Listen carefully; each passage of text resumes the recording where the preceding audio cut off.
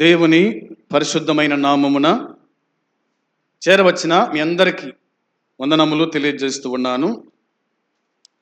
మనము ప్రతి ఆదివారము సంఘము అంటే ఏమిటి అనే అంశం మీద మాట్లాడుకుంటూ వస్తూ ఉన్నాం.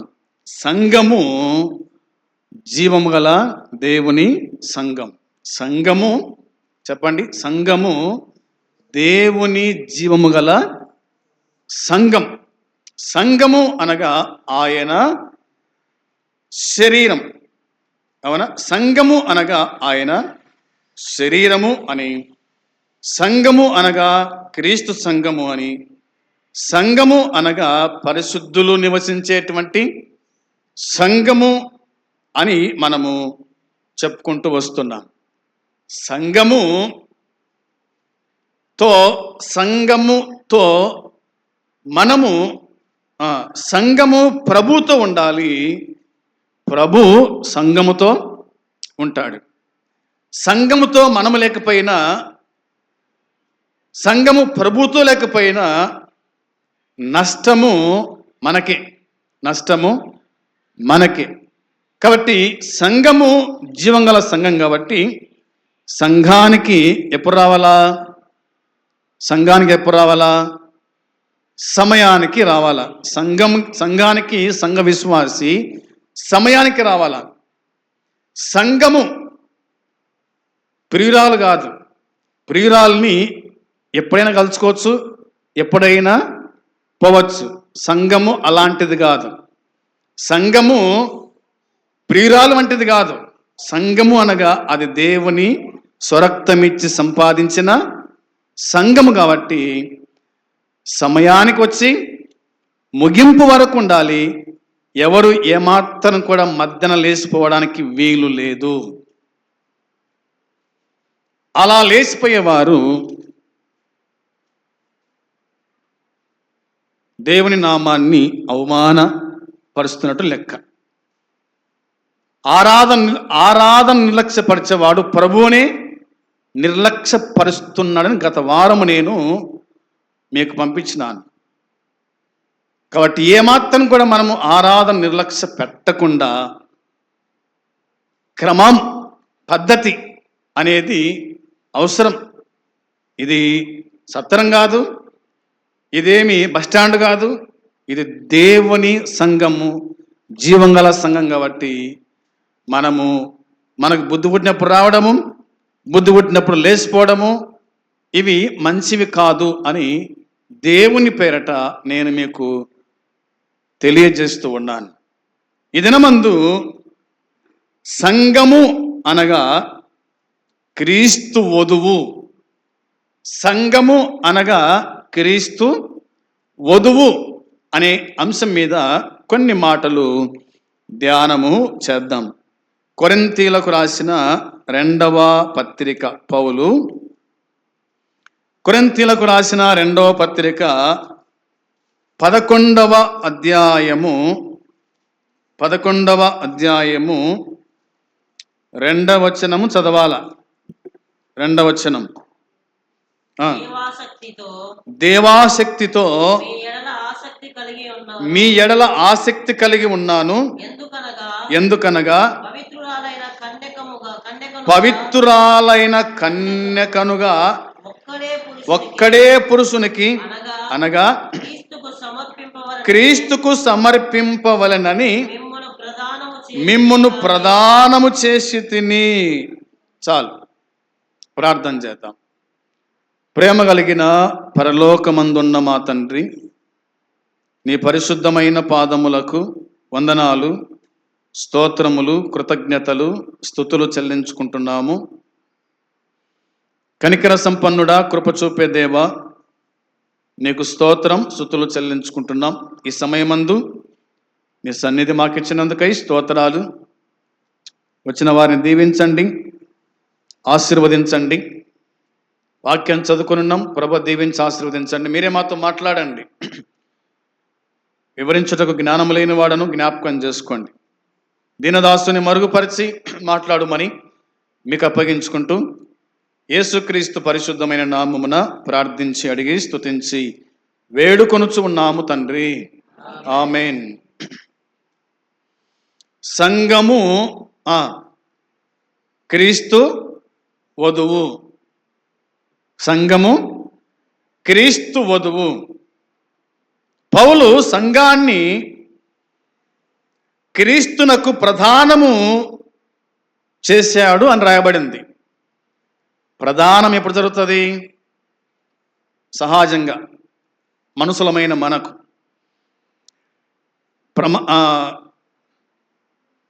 ప్రధానము అనేటువంటిది ఎప్పుడు జరుగుతుంది?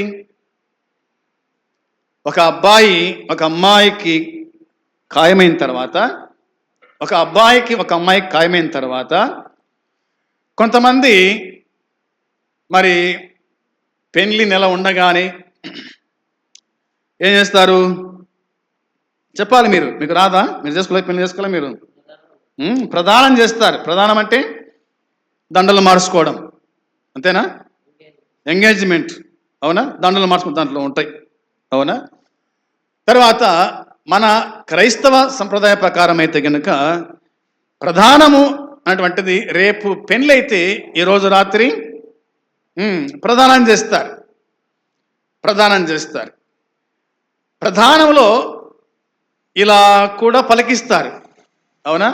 అబ్బాయి యొక్క తల్లిదండ్రులను పిలిచి, అమ్మాయి యొక్క తల్లిదండ్రులను పిలిచి, వీరు ఈ అబ్బాయి మీ కుమారుడేనా, ఈ అమ్మాయి మీ కుమార్తెనేనా, ఈ అమ్మాయిని ఈ అబ్బాయికి ఇవ్వడానికి ఇష్టపడుతున్నారా, మీ అబ్బాయికి ఈ అమ్మాయిని చేసుకోవడానికి ఇష్టపడుతున్నారా? వారి ఇష్టాలన్నీ తెలుసుకొని ఆ రోజు రాత్రి ప్రధానము చేస్తారు. నెక్స్ట్ ఉదయకాలము అనగా రేపటి దినమందు వివాహం, పెళ్లి చేస్తారు. కాబట్టి సంఘము అనగా క్రీస్తు వధువు అనేది దేవుని వాక్యం చెబుతూ ఉంది. కొరింథీయులకు రాసిన మొదటి పత్రిక 2వ పత్రిక 11:2 మనం చదువుకున్నాం కదా. దేవాసక్తితో మీ ఎడల ఆసక్తి కలిగి ఉన్నాను అన్నాడు పౌలు. ఏమంటున్నాడు? దేవాసక్తితో మీ ఎడల ఆసక్తి కలిగి ఉన్నాను, ఆసక్తి కలిగి ఉన్నాను అని మొదలుపెట్టాడు. ఇంకేమన్నాడు తాను? ఆ మాట చదవాలి. ఎందుకనగా పవిత్రురాలైన కన్యకనుగా ఒక్కడే పురుషునికి అన్నమాట ఉంది. చాలు.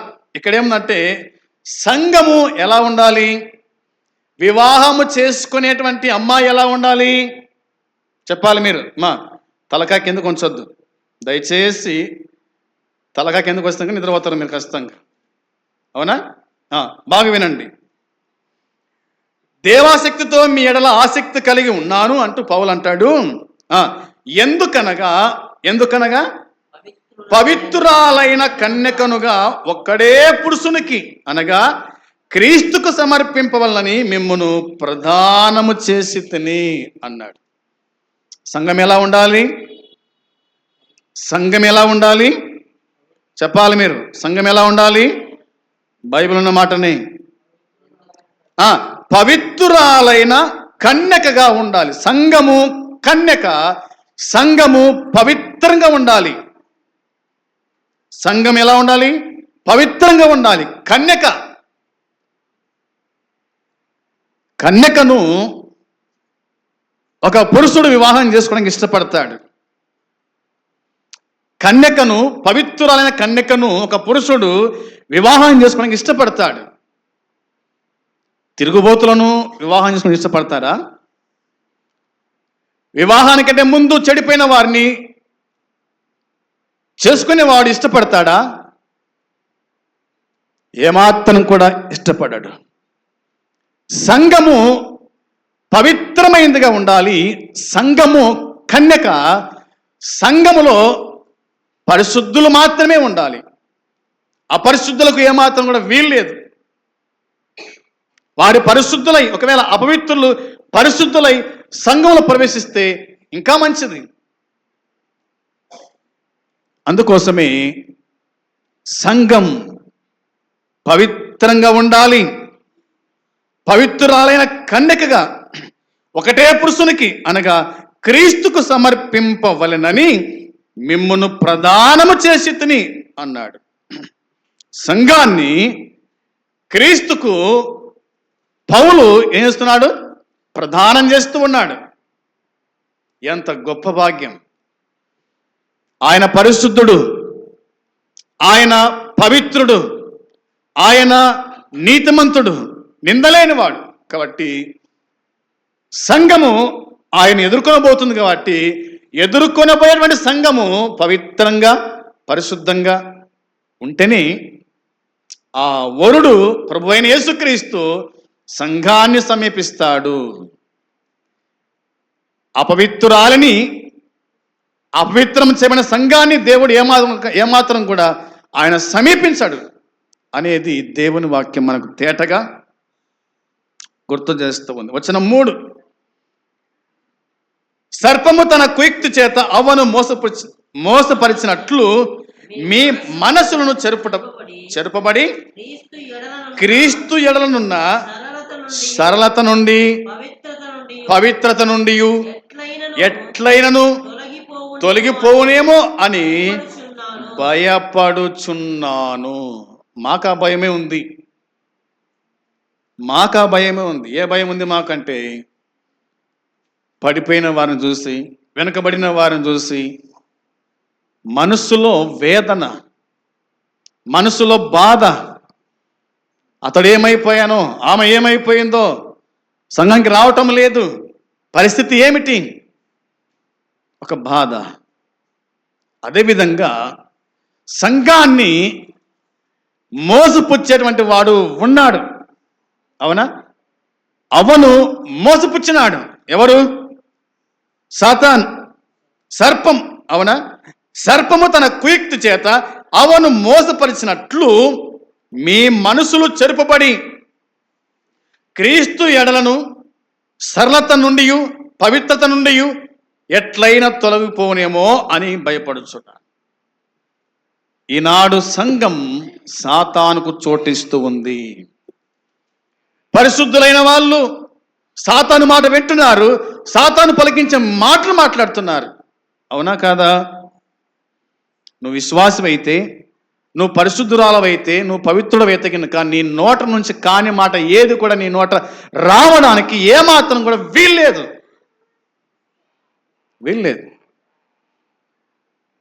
నువ్వు కాని మాట మాట్లాడుతున్నావంటే నీలో ఇంకా అహము సావలేదు. అవునా? అహం సావలేదు. ఇంకా ఉంది, ఎక్కడో ఉంది లోటు. సాతాను ఇంకా నీలో, నీ ఇంట్లో పనిచేస్తున్నాడు సాతాను. అందుకోసమే నోరు వారేసుకుంటున్నావు. సర్పము తన కుయుక్తి చేత అవ్వను మోసగించినట్లుగా ఈనాడు సంఘాన్ని కూడా సర్పం మోసగిస్తూ ఉంది. వాడు మన వెంటనే ఉన్నాడు. సందు దొరికితే చాలు తన మాటలను దారం సూదులెక్కినట్టు ఎక్కిస్తూనే ఉంటాడు.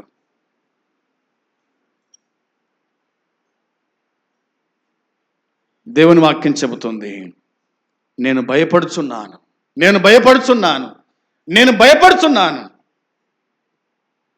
భయం కలుగుతూ ఉంది. ప్రియమైన సోదరి సోదరులారా, పరిశుద్ధులారా, దేవుణ్ణి ఆరాధించేవారులారా, మీరు పవిత్రంగా ఉండండి, పరిశుద్ధంగా ఉండండి. ఎందుకంటే ఈ లోకం శాశ్వతం కాదు. రేపొద్దున మనం దేవుణ్ణి ఎదుర్కోవడానికి, పెళ్లి కుమారుని ఎదుర్కోవడానికి వెళ్తాం. ఆ సమయంలో మనం అక్కడ లేకపోతే కనుక సాతాన్ని ఎదుర్కోవాల్సి వస్తుంది, అగ్నిగుణంగా ఇవ్వాల్సి వస్తుంది. అది దేవుని వాక్యం చెబుతూ ఉంది. కాబట్టి ఈ 2-3 వచనాల్లో వివాహ సాదృశ్యములో 4 వర్గాలను ఇక్కడ మనము గుర్తిస్తాం. రాయగలిగిన వారు. 1వదిగా పౌలు కొరింథీయుల ఆధ్యాత్మిక తండ్రి. పౌలు కొరింథీయులకు ఏమైతాడు? ఆధ్యాత్మికంగా తండ్రి అవుతాడు. సేవకుడు సంఘానికి తండ్రి లాంటి వాడు, సేవకురాలు సంఘానికి తల్లి లాంటిది. కాబట్టి తండ్రి మాట తల్లి మాట వినాలి. వినకపోతే ఏమవుతుంది? వినకపోతే చెడిపోతాం, అంతే కదా. తండ్రి మాట వినకపోతే, బోధకుని మాట వినకపోతే ఏమవుతుంది? పరిస్థితి చెడిపోతాం, అంతేమీ లేదు, చెడిపోతాం. అది వాక్యం చెబుతుంది. కాబట్టి పౌలు కొరింథీయుల ఆధ్యాత్మిక తండ్రి ఆయన. రెండవదిగా కొరింథీయులు వివాహ వయస్సుకు ఎదిగినటువంటి కుమార్తె లాంటి వాళ్ళు పవిత్రులు, పవిత్రులైన కన్యక అని ఆయనే గుర్తు చేశాడు. మూడవదిగా కొరింథీయులు వివాహము చేసుకుపోయే పెళ్లి కుమారుడు క్రీస్తు. ఆయన రాకడలో చివరిగా ఆయన రాకడలో ఆయన ఎదుర్కొనబోతున్నాం మన సంగతిని కూడా తాను జ్ఞాపకము చేసినట్టుగా దేవుని వాక్యం చెబుతూ ఉంది. మాట చదవండి. ప్రకటన గ్రంథము 19వ అధ్యాయము, ప్రకటన గ్రంథం 19వ అధ్యాయము వచనాలు 7 నుంచి 9 వరకు చదువుదాం. 7 నుంచి 9 వరకు. సమూహపు శబ్దమును, విస్తారమైన జలముల శబ్దమును, బలమైన ఉరుముల శబ్దమును, సర్వాధికారియు ప్రభువునగు మన దేవుడు ఏలుచున్నాడు. ఆయనను స్తుతించండి. గొర్రెపిల్ల వివాహోత్సవ సమయం వచ్చినది. ఆయన భార్య తన్ను తాను సిద్ధపరచుకుని ఉన్నది గనుక మనము సంతోషపడి ఉత్సాహించి ఆయనను మహిమపరచెదమని చెప్పగా వింటిని. మరియు ఆమె ధరించుకున్నటకు ప్రకాశములను నిర్మలములైన సన్నపు నార బట్టలను ఆమెకి ఇయ్యబడెను. అవి పరిశుద్ధుల నీతి క్రియలు. మరియు ఇలాగు చెప్పెను, గొర్రెపిల్ల పెండ్లి విందుకు పిలువబడిన వారు ధన్యులని వ్రాయము. ఈ మాటలు దేవుని యథార్థమైన మాటలని నాతో చెప్పెను అని రాయబడి ఉంది. మీరు బాగా వినండి. ఈ వచనాలు మనం గమనించి మనము చూచినప్పుడు 7వ వచనం రాయబడిన మాట, గొర్రెపిల్ల వివాహోత్సవ సమయము వచ్చింది. గొర్రెపిల్ల వివాహోత్సవ సమయం వచ్చింది. ఆయన భార్య ఏం చేయాలా? తన్ను తాను సిద్ధపరచుకొనుచున్నది అనే మాట ఉంది. ఆయన భార్య అనగా సంఘం సిద్ధంగా ఉండాలి. సంఘము సిద్ధంగా ఉండాలి పెళ్లి కుమారుని ఎదుర్కోవడానికి. పవిత్రుడైన నీతిమంతుడైన కదా ఆ పెళ్లి కుమారుని ఎదుర్కోవడానికి సంఘము సిద్ధపడి ఉండాలి అనేది దేవుని వాక్యం చెబుతున్న మాట. 9వ వచనం చూడగా, లేదా 8వ వచనంలో ఆమె ఏం ధరించుకోవాలంట? ఆమె ధరించుకున్నటకు ప్రకాశములను నిర్మలములైన సన్నపు నార బట్టలు ఆమెకి ఇయ్యబడెను. అవి పరిశుద్ధుల నీతి క్రియలు. వివాహ సమయంలో పెళ్లి కుమార్తె ధరించేటువంటి వస్త్రాలు ఇందులో మనకు కనిపిస్తున్నాయి. అవేంటంటే పరిశుద్ధుల నీతి క్రియలు. మీలో నీతి క్రియలు ఉండాలి. మీరు పరిశుద్ధులుగా ఉండాలి. మీలో నీతి క్రియలు ఉండాలి. అలాంటి వారే పెళ్లి కుమారుణ్ణి ఎదుర్కొంటారు. మేం పరిశుద్ధులము అవునా అంటూ మోసపోవద్దు. సర్పము తన కుయుక్తి వలన సంఘాన్ని లేదా అవను మోసగించడం మిమ్మల్ని మోసగిస్తాడు ఖచ్చితంగా. జాగ్రత్త అనే దేవుని వాక్యం చెబుతూ ఉంది. 9 చూడగా, గొర్రెపిల్ల పెండ్లి విందుకు పిలువబడిన వారు దరిద్రులా ధన్యులా? ధన్యులు, అంతే. గొర్రెపిల్ల పెండ్లి విందుకు పిలువబడిన వారు ధన్యులు. ఈ మాటలు దేవుని యథార్థమైన మాటలు, అంతే.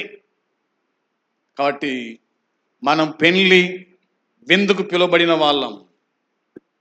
సంఘము వధువు, సంఘము మరి భార్య, ఈ సంఘము యేసుప్రభుని ఎదుర్కోవడానికి సిద్ధంగా ఉండాలా అనేది దేవుని వాక్యం చెప్తూ ఉంది. చాలా ఉన్నాయి. ఇలా చెప్తుంది బైబిల్. ఇంకా నాలుగవదిగా మనం ఆలోచన చేస్తే ఇలా ఉంది, అబద్ధ బోధకుల ద్వారా కుమార్తెను వరుని పట్ల సరళత నుండి పవిత్రత నుండి తప్పించడానికి ప్రయత్నిస్తున్న అపవాది సర్పం. సర్పం ఏం చేస్తుందంట?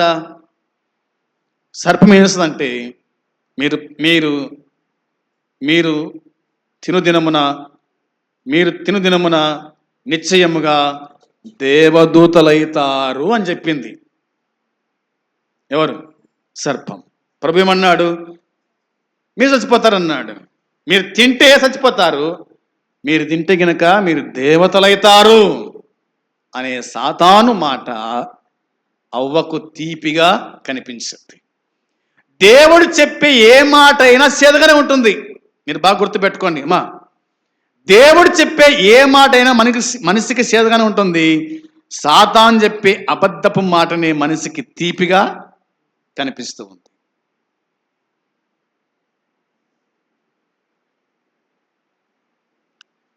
మాతర చేదు ఉంటుందా, తీయగుంటుందా?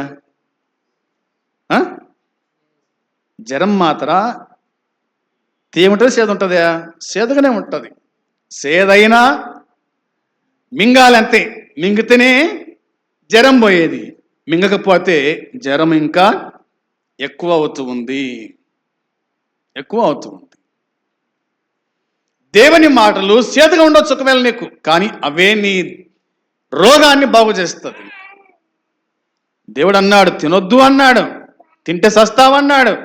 కానీ అవ్వ అపవాది మాట విని తినొద్దు అన్న పండును తిని పాపము తెచ్చుకోండి. ఆజ్ఞ అతిక్రమమే పాపం. పాపం వల్ల వచ్చే జీతం మరణం, అంతే, ఏమీ లేదు. ఆజ్ఞ అతిక్రమిస్తున్నావు అంటే నువ్వు పాపం చేస్తున్నావు. పాపం వల్ల వచ్చే జీతం ఏంది? నువ్వు మరణానికి దగ్గరగా ఉన్నావు అని అర్థమవుతూ ఉంది. కాబట్టి జాగ్రత్త అని దేవుని వాక్యం మనకు చెబుతుంది. జాగ్రత్త అని దేవుని వాక్యం మనకు చెప్తూ ఉంది. మనం ఎక్కడున్నాం? కొరింథీ 2వ పత్రిక 11వ అధ్యాయము 2-3 వచనాలు మనం ఉన్నాం. ఈ మాట మనం గుర్తుంచుకోవాలా? చూడండి, 13-14 వచనాలు చదువుతారా? 13-14 వచనాలు చదువుతారా? 13-14 వచనాలు. ఏలైనగా అట్టివారు క్రీస్తు యొక్క అపోస్తుల వేషము ధరించుకున్న వారై ఉండి దొంగ అపోస్తులను మోసగాండ్రగు పనివారునై ఉన్నారు. ఇది ఆశ్చర్యం కాదు, సాతాను తానే వెలుగుదూత వేషం ధరించుకొని ఉన్నాడు అని మాట రాయబడింది. సాతాను తానే ఏమంటే వెలుగుదూత వేషం ధరించుకొని ఉన్నాడు. వెలుగుగానే కనపడుతున్నాడు, కానీ అది నకిలీ వెలుగు. ఏ వెలుగు అది? ఇప్పుడు ఈ వెలుగు నకిలీ వెలుగా లేకపోతే ఒరిజినల్ వెలుగా? ఇది అర్థమవుతుందా? ఈ వెలుగు, ఈ కనిపించే వెలుగు ఇది నకిలీదే ఒరిజినలా? ఇది నకిలీదే. మీకేం అంత అనుమానం ఏమి ఉండాల్సిన అవసరం లేదు. బల్బ్ అంతా నకిలీదే. ఇది దేవుడిచ్చిన వెలుగు చెట్టుందో, దేవుడిచ్చిన వెలుగుకు నకిలీ వెలుగుకు తేడా లేదా? ఆయన ఇచ్చిన వెలుగుకు మనం ఏమీ డబ్బులు కట్టడం లేదు. ఆయన ఇచ్చిన దేవుడిచ్చిన వెలుగునకు మనం ఏమైనా డబ్బులు కడుతున్నామా? నకిలీ వెలుగుకి మనం డబ్బులు కడుతున్నాం, అనగా కరెంటు బిల్లు మనము కడుతున్నాం. కానీ దేవుడిచ్చేటువంటి ఆ వెలుగునకు మనం ₹1 కూడా చెల్లించడం లేదు. కాబట్టి సాతాను కూడా ఎట్లుంటే, సాతాను వెలుగు వేషం ధరించుకుంటాడు. కాబట్టి ఆ ఒరిజినల్ వెలుగు, ఆ నకిలీ వెలుగు మనం ఏం చేయాలంటే గుర్తుపట్టేవారుగా ఉండాలి. మనం గుర్తుపట్టేవారుగా ఉండాలి. అదే అన్నాడు ఇక్కడ 14వ వచనం రాయబడిన మాట అదే కదా. ఇది ఆశ్చర్యం కాదు, సాతాను తానే వెలుగుదూత వేషము ధరించుకొని ఉన్నాడు. కాబట్టి మీరు జాగ్రత్త పడండి. 14లో ఏముంది? 13లో ఏముంది? అట్టివారు క్రీస్తు యొక్క అపోస్తుల వేషము ధరించుకున్న వారై ఉండి దొంగ అపోస్తులు మోసగాండ్రు పనివారునై ఉన్నారు అంట. వాళ్ళు మోసగాళ్ళు, వాళ్ళు సంఘాన్ని చెడగొట్టినటువంటి వాళ్ళు అన్నమాట. పవిత్రురాలైన సంఘాన్ని చెడగొట్టినటువంటి వాళ్ళు అని దేవుని వాక్యమే మనకు చెప్తుంది. తర్వాత పాపములో పడడాన్ని మరి ఆయన చెప్పినట్టుగా వాక్యం చెబుతుంది. ఆదికాండం 3వ అధ్యాయంలో అంతా కూడా మనకు కనిపించినంత ఆదాము అవ్వ గురించే కదా. అది గుర్తుపెట్టుకుందాం. పౌలు ఆదాము అవ్వల మరి చరిత్రక వాస్తవాన్ని ఇక్కడ మనకు సూచిస్తున్నట్టుగా మనం చూస్తాం. రోమపత్రిక 5:14 ఇలా ఉంది. రోమపత్రిక 5వ అధ్యాయము 14వ వచనం, 5వ అధ్యాయం 14వ వచనం, రోమపత్రిక 5:14. అయినను ఆదాము చేసిన అతిక్రమమును బోలి పాపము చేయని వారి మీద కూడా ఆదాము మొదలుకొని మోసే వరకు మరణమేలెను. ఆదాము రాబోవానికి ఉండెను అని రాయబడింది. కాబట్టి ఆదాము చేసిన అతిక్రమను బోలి పాపము చేయని వారి మీద కూడా ఆదాము మొదలుకొని మోసే వరకు మరణమేలెను అన్నది. ఆదాము మొదలుకొని మోసే వరకు మరణం ఏలిందంట. మరణం పరిపాలించిందని చెప్పుకోవాలా, ఇంకా వాక్యం చెప్తుంది. కొరింథీ మొదటి పత్రిక 15వ అధ్యాయం 22వ వచనం, 15:22. కొరింథీ మొదటి పత్రిక 15వ అధ్యాయము 22వ వచనం. ఆదామునందు అందరూ ఎలాగూ మృతి పొందుచున్నారో అలాగనే క్రీస్తునందు అందరూ బతికింపబడుతున్నారు అన్నమాట ఉంది. ఆదామునందు మృతి, యేసునందు బ్రతుకుతున్నారు. యేసు ప్రభు బ్రతికించువాడు, సాతాను చంపేవాడు అని రాయబడి ఉంది కదా. కాబట్టి ఆదాము వలన అందరూ మృతి పొందారు. ఆదామునందు అందరూ ఎలాగో మృతి పొందుతున్నారో అలాగని క్రీస్తునందు అందరూ బ్రతికింపబడుతూ ఉన్నారు అనే మాట ఉంది. 45 చూడండి. 45వ వచనంలో రాయబడిన మాట, ఇందు విషయమై ఆదామును మొదటి మనుషుడు జీవించు ప్రాణి ఆయనని రాయబడి ఉన్నది గనుక కడపటి ఆదాము జీవింపజేయు ఆత్మాయను. కడపటి ఆదాము జీవింపజేయు ఆత్మ ఆయను అనేది లేఖనాలు మనకు గుర్తు చేస్తున్నాయి. చెప్పకుండా చాలా ఉన్నాయి. కాబట్టి సంఘము అనగా క్రీస్తు వధువు అనే సంగతిని మనము జ్ఞాపకం చేసుకోవాలా. సంఘము క్రీస్తు వధువు కాబట్టి సంఘం ఎలా ఉండాలి? ఇప్పుడు చెప్పాలి మీరు. సంఘం ఎలా ఉండాలంట? సంఘం ఎలా ఉండాలి అంటే పవిత్రురాలైన కన్యకగా ఉండాలి. సంఘము పవిత్రురాలైన కన్యకగా ఉండాలి. కన్యకనే దేవుడు వివాహము చేసుకుంటాడు. కన్యకను దేవుడు వివాహం చేసుకుంటాడు అనేది గుర్తుపెట్టుకోవాలా. సంఘము ఒక కన్యకగా, మనము పవిత్రంగా పరిశుద్ధంగా మనం బతికేవారుగా ఉండాలి. ప్రభు రక్తము చేత కడగబడిన మనము ప్రభుకి ఇష్టంగా జీవించాలి, కష్టంగా కాదు. బుద్ధి పుట్టినప్పుడు ఆరాధనకు వచ్చేది, బుద్ధి పుట్టినప్పుడు ఇంటికాడ ఉంటే ఏం ప్రయోజనము? నువ్వు ఎలా పవిత్రులమవుతావు? ఎలా ఆయన దేహాన్ని, ఆయన రక్తాన్ని సమీపించగలుగుతావు? అవునా? నువ్వు ఎలా బతకగలుగుతావు? అది కాదు. క్రీస్తు యేసునందు విశ్వాసం ఉంచిన దినం మొదలుకొని చనిపోయేంత వరకు గుడక మనము ఏ విషయంలో గుడక మనము ఆరాధన తప్పడానికి వీలు లేదు అనేది నేను గుర్తు చేస్తూ ఉన్నాను. నేను విశ్వాసిగా ఉన్న దినాల్లో ఏ ఒక్క 2 ఆరాధన తప్పేంటని అంతేగా తప్పకూడదు, అసలు అదిగో తప్పకూడదు. కానీ నేను ఉండే స్థలం వేరే స్థలం, పని నిమిత్తం వెళ్ళాను కాబట్టి అక్కడ తప్పిపోయింది. కాబట్టి ఏమాత్రం కూడా మనము తప్పించుకొని వీలు లేదు. అది రోగమైనా, అది బాధ అయినా, అది హింస అయినా, అది ఏదైనా కానీ. కొంతమంది నీళ్ళ సొడ్డు పెడతారు, నీళ్ళు రాలేదు కుళాయిలకని సొడ్డు పెడతారు. అవునా? కట్టెలు లేవని సొడ్డు పెడతారు. కొంచెం బాగలేకపోతే అయిపోయా మంచం ఎక్కుతారు. ఏం పద్ధతి అది? సంఘానికి ఉండవలసిన పద్ధతి అదేనా? ఒక విశ్వాసికి ఉండవలసిన పద్ధతి అదేనా? ఏమాత్రం కూడా మనం సంఘ ఆరాధన నిర్లక్ష్యపరచకూడదు. సంఘ ఆరాధన నిర్లక్ష్యపడితే కనుక నువ్వు ప్రభువుని నిర్లక్ష్యం చేస్తున్నావు. నిర్లక్ష్యం చేసేవాడు రేపొద్దున దేవుని రాజ్యం ఉండడానికి ఏమాత్రం వీలు లేదు. నువ్వెవరో నేను ఎరగను అంటాడు ప్రభు. అప్పుడేం చేస్తావు? కాబట్టి భయము కలిగి, భక్తి కలిగి, వినయముతో, విధేయతతో దేవునికి లోబడుతూ కుటుంబాన్ని జరిగించుకుంటూ మనం ప్రభునకు నమ్మకంగా బతుకుదాం. అట్టి కృప దేవుడు మనకు అనుగ్రహించాలంటే ఇదే సూత్రం. ఎందుకంటే దేవుడు నిన్ను ప్రేమించి నీకోసమై పరలోకాన్ని విడిచిపెట్టి, అవునా, సింహాసనం విడిచిపెట్టి, దూతలను విడిచిపెట్టి ఈ భూమి మీదకి వచ్చి నీకోసం ప్రాణం పెడితే నువ్వు అనుభవించాల్సినటువంటి శ్రమలన్నీ ఆయన అనుభవించినాడు. నీకు ఏమి లేకుండా చేసినాడు. వచ్చి కూర్చొని దేవుని వాక్యాన్ని వినడానికి మనకి ఎంత బరువు అయిందంటే అంత బరువు అయింది. టీవీల కాడ గంటలు గంటలు కూర్చుంటాం, 10 మంది ఉన్న చోట కాడ అందరం కూర్చొని మాట్లాడుకుంటూ ఉంటాం. కానీ సంఘానికి రావడానికి ఎందుకంత బరువు అనేది దేవుడు పలుకుతున్నాడు.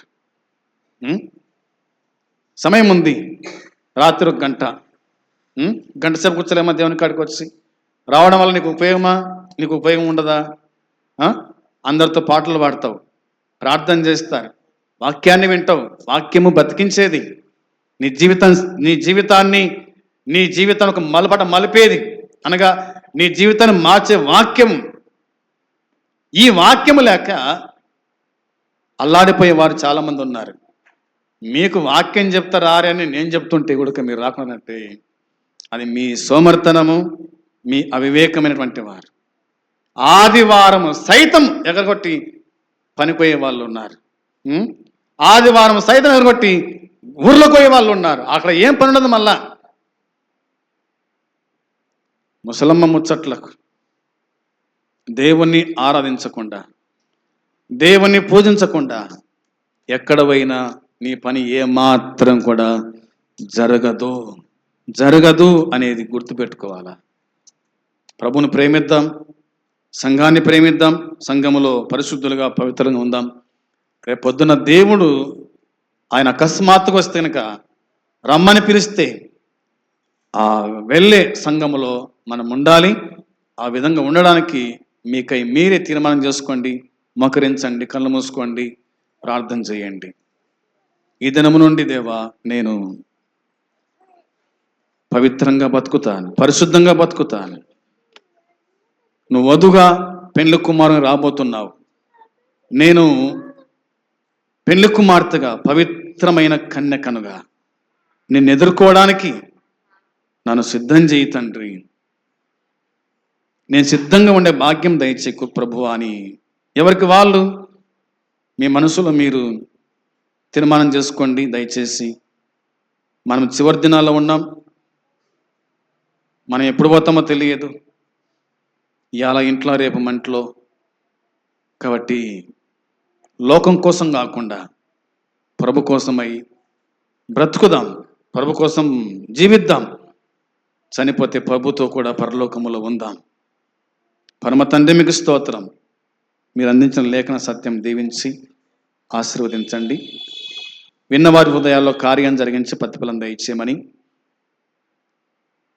ఎదుర్కొని సంఘములో మేమందరం ఉండే కృప దయచేసి కాపాడుమని మీకు అప్పగించుకుంటూ యేసుక్రీస్తు పరిశుద్ధమైన నామమున ప్రార్థించి అడిగి స్తుతించి వేడుకొని పొంది ఉన్నాము తండ్రి. ఆమేన్. పరలోకమందున తండ్రి ప్రేమ, ప్రభు అయిన యేసుక్రీస్తు కృప, పరిశుద్ధాత్మ సన్నిధి సహవాసం చేరవచ్చిన మనకు సకల పరిశుద్ధులకు ఇప్పుడు ఎల్లప్పుడూ సదాకాలము తోడై ఉండునుగాక. ఆమేన్. మంచిది. అందరికి వందనాలు.